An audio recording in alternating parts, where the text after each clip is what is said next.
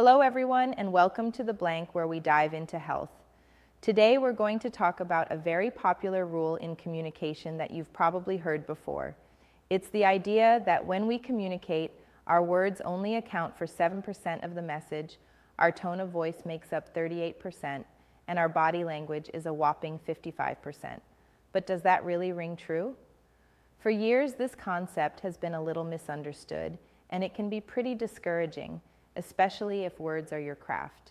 Let's break down what this rule really means. Imagine being a writer, a poet, or a public speaker, and hearing that only 7% of what you create is what people actually take away from your message. I always thought that sounded incredibly disheartening. How could it possibly be true? The difference between a well-written speech and a poorly written one is enormous. And we all know that words have the power to start movements, inspire change, and touch our hearts. So if words are so insignificant, what's the point?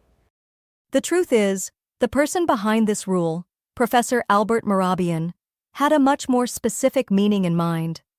His research wasn't about communication in general. It was specifically about how we communicate our feelings and emotions. What Mehrabian actually found was that when we are trying to read someone's emotional state, we rely much less on their words and much more on their nonverbal cues. Now, when you look at it from that angle, it starts to make perfect sense. Think about it this way. If someone tells you, "I'm doing great," but their voice is trembling and their shoulders are slumped, what do you believe? You believe the nonverbal signals, not the words. That's where the 38% for vocal tone and the 55% for body language become critical.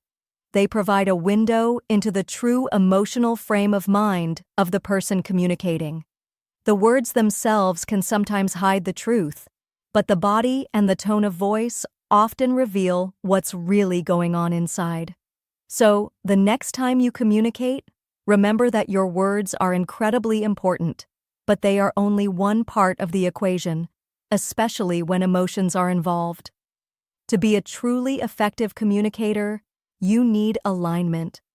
Your words, your tone, and your body language all need to be telling the same story. I hope this video helps clear up that famous statistic.